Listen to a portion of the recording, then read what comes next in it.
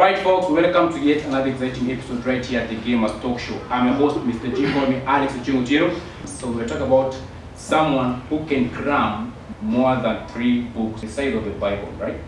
So with me today is Cristiano. Tell us more about yourself, like what inspired you to come up with the ability to cram. Wanna feel example?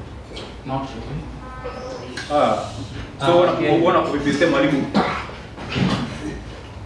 But that one applied in high school life. In university, you have to apply the knowledge that you receive from lecturers. So are you trying to tell us that where we talk high school Fuja campus was automatic because you crammed the entire syllabus, then you copy pasted connect, and then you came to the university? Even in high school, there are the sessions that are crammable, but there are others that you need to apply. Yes. So for those that I had in my memory and they were asked in the exam, just wrote them the way they were. But in application, you have to use your brain. And now that is what happens in the university. So let me ask you a simple question. So what happens maybe when you copy paste the exact thing, then they don't come back later to ask you, Cristiano Mutua, sorry. You went into an exam room with the book. Lecturers don't have time to ask that. Wow. Yes. Alright, so it's a good so let's test the brains, right? So you say that you crammed the Bible, the UN Charter, Manchester United history, and also the Constitution of Kenya. Yeah. So let's try this. So I'll just go pick a verse in random. So Cristiano, you start with the Bible. So Cristiano, Luke chapter 2. Okay, first and foremost, it's literally impossible to have the Bible offhand, the whole volume. But in case of the book of Luke chapter 2, I think with the Revised Standard Translation, verse 1 talks about the history of Jesus when he was born.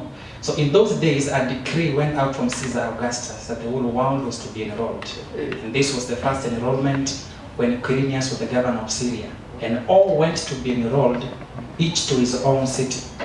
And Joseph also went out of Nazareth, the city of Galilee, to Judea, the city of David, which is called Bethlehem, because it was one of the house and the lineage of David, to be enrolled together with Mary's betrothed, who was pregnant. Some translations say who was with a child. And when they were there, the full time came for Mary to be delivered. She gave birth to a firstborn son. She wrapped him with swaddling clothes and placed him in a manger, for there was no room for them in the inn. Relax. So I'm seeing everybody like, hey. I know you're all feeling like your parents wasted your time. All of you are like, I think my mom wasted money. I'm like Cristiano right now. So let's try this one. So do you like cram it? Like you first of all understand it, then you cram. Obviously, you have to read first, you understand, and then to me it's different. When I read and read, it's like energy paste in my memory so that I can see what I read. Mine is not cramming. When you cram something, you forget. But as long as I read, I understood, it pasted itself in my memory. So you said you are Mutua? Yes, Mutua. This is Mutua? Yeah, Mutua. Okay, so let's try this again. Luke chapter 4. Luke chapter 4. I think it's a continuation of Luke chapter 3. Okay, the book of Luke chapter 3 has 52 verses. So we talk up on chapter 3, which is a bit, ukifika verse number 23, the others is genealogy, which is not. So Luke chapter 4, you see Luke chapter 4. So Jesus returned from Jordan and being led by the Holy Spirit to the wilderness. And he was there for 40 days. And in these days he did not eat anything. And afterward, when the days were over, he felt hungry. And the devil said to him, if you are the Son of God, command this stone to become a bread. Jesus answered and said, it is written that a man shall not live by bread alone, but by every word that comes from the mouth of God. So the devil took him to high mountains and showed him the kingdom of the world in a moment of time. And he said to him, to you I will give you the authority and the glory, for they were given to me, and I give it to whoever I wish. Therefore, if you will worship me, then all shall be yours. Jesus replied and said, it is written that you shall worship the Lord your God only, and him only you shall serve. So the devil took him to Jerusalem, setting him on the highest pinnacle of the temple. Wait, what role do you play in your church?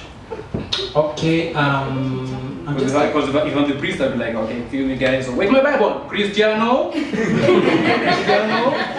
I grab them to go open and look at them. Right, so in church, I'm just a church guy. I go to church. The role, okay, to me I have a different perception about the church, because in one way or the other, it disappointed me. It disappointed you? Yeah, I trusted the church with the talent that I have, but at the end of the day, I was disappointed. In fact, my coming to the University of Nairobi as an undergraduate student, I got scholarship, both for undergraduate and masters, courtesy of what church failed to do. In fact, I'm sponsored by politicians because the church failed to sponsor me as they had promised. So I have a different perception about what church is. Wait, so you have been sponsored by politicians to come to the University of Nairobi because of your talent? Because of talent, yes. And you say that the church failed to do what the politicians did. Yes. So what exactly did you expect the church to do? Okay, being a church guy then, very committed, reciting scriptures to them, advising the young people. Saving their finances, not to buy Bibles? Yes, with all that. It came a time, when we're talking about me, I've been admitted in 4 universities. 4? 4. Mount Kenya University, I was sponsored by a certain church guy. With cause of time, akachoka, mimi nikadrop. I have admission in Kenyatta University, being sponsored by a church. Ikafika mahali, akachoka.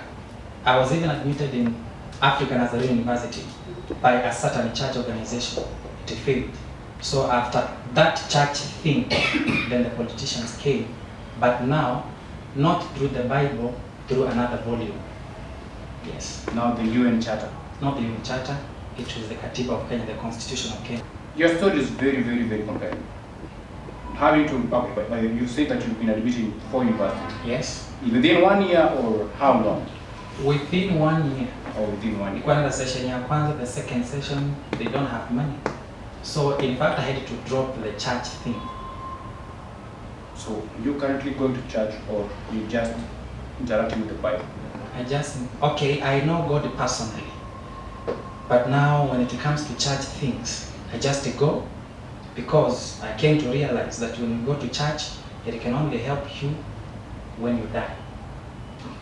How? Wow.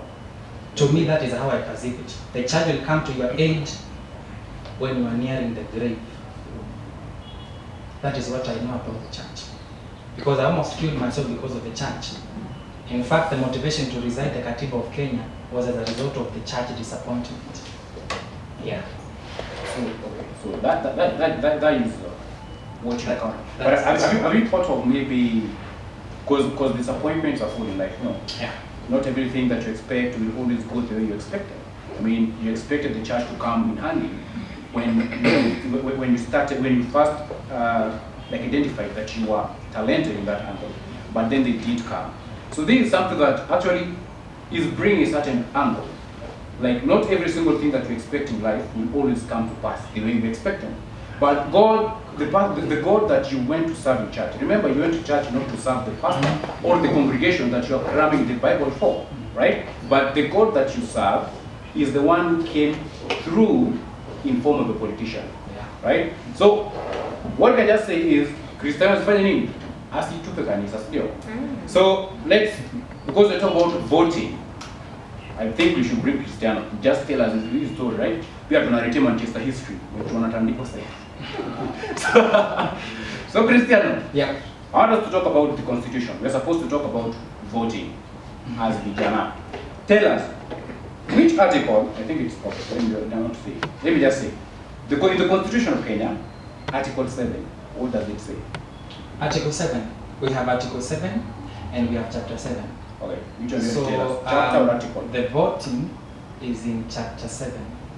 Article 7 talks about the national language, the official languages, and what the state acknowledges about the languages. The voting I am a Luo, I am a Kenyan. Give us the voting. But then again, to study the Katiba of Kenya, kufika mahali kwa voting, there is a series of order ambayo nilikuwa natumia, because Katiba is very complex. Like I had planned before you switch the gears to this now, it will be easier for me to start from Article 1 and then to the voting, but then because you have said about voting, then I'll do it. Chapter 7 talks about the representation of the people. That is chapter 7, the Constitution. And answer Article 81. Do you guys have a constitution? Article 81 is entitled The General Principles of Electoral System. It begins to say that every citizen has the right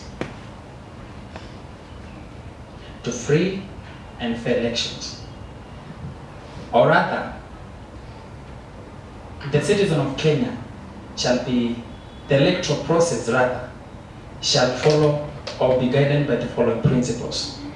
A, freedom of citizens to exercise their political rights as referred to in Article 38. Sasa unaona from Article 81 tumerudishwa back to Article number 38. Yeah. So number two, it's no more than 2/3 of members of every elective public body shall be of the same gender. Right? Number 3, the third principle is that it will ensure continuous registration of voters. Article, the fourth clause, that is in Article 81, the electoral process shall be based on the universal suffrage. That is a bit a tough term, it needs to be explained. Universal suffrage based on aspiration for fair representation and equality of vote. And then the last clause of Article 81 says that the other principle is that free and fair elections. And then that article has 5 Romans.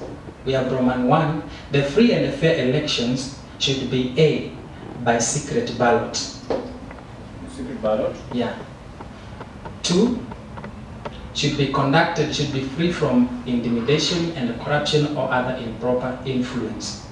3, should be conducted by an independent body. That is where we have the IBC.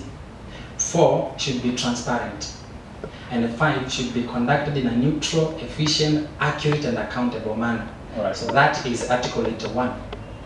Now, from 81 tumerudishwa Article number 38, which is the first principle. So you had to go back. I had to go back to Article number 38, which talks about political rights. That each and every citizen has the right to form or to participate in forming a political party. Oh. So let's I think hey. Was someone confirming all this? Is right? Somebody interested to confirm the Katiba is here. Look, just see the composure and the confidence. Someone confirm and I've just... So do we say that you're a cramist? Not a cramist. When you cram something, you forget. So for me, it's just mastery of the content. Mastery of the content. Even the name Cristiano, briefly. yes. I was a fan of Cristiano akiwa Manchester United, then to Real, then to Juventus, then back to Manchester United. So I had the history. Manchester United. How long did the history take? Let's just do it in 30 seconds. 30 seconds? Narrative. Mali tutafika tu 30 seconds. Okay, 30 seconds. Kwa umefika kwa Cristiano kama mrudi Man U already. Alright.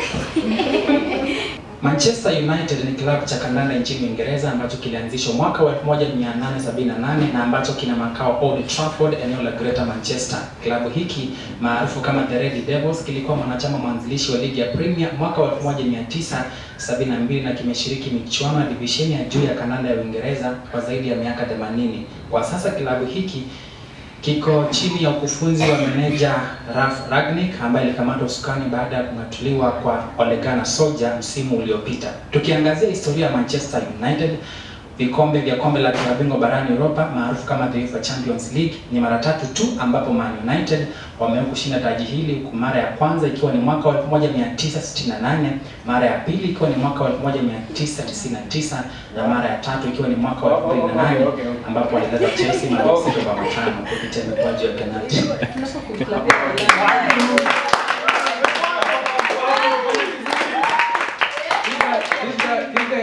Kiswahili Kiswahili. Nilikuwa nachambua set books, that's why. Wow. Yeah. Okay. Thank you very much for coming to Game Welcome. Show.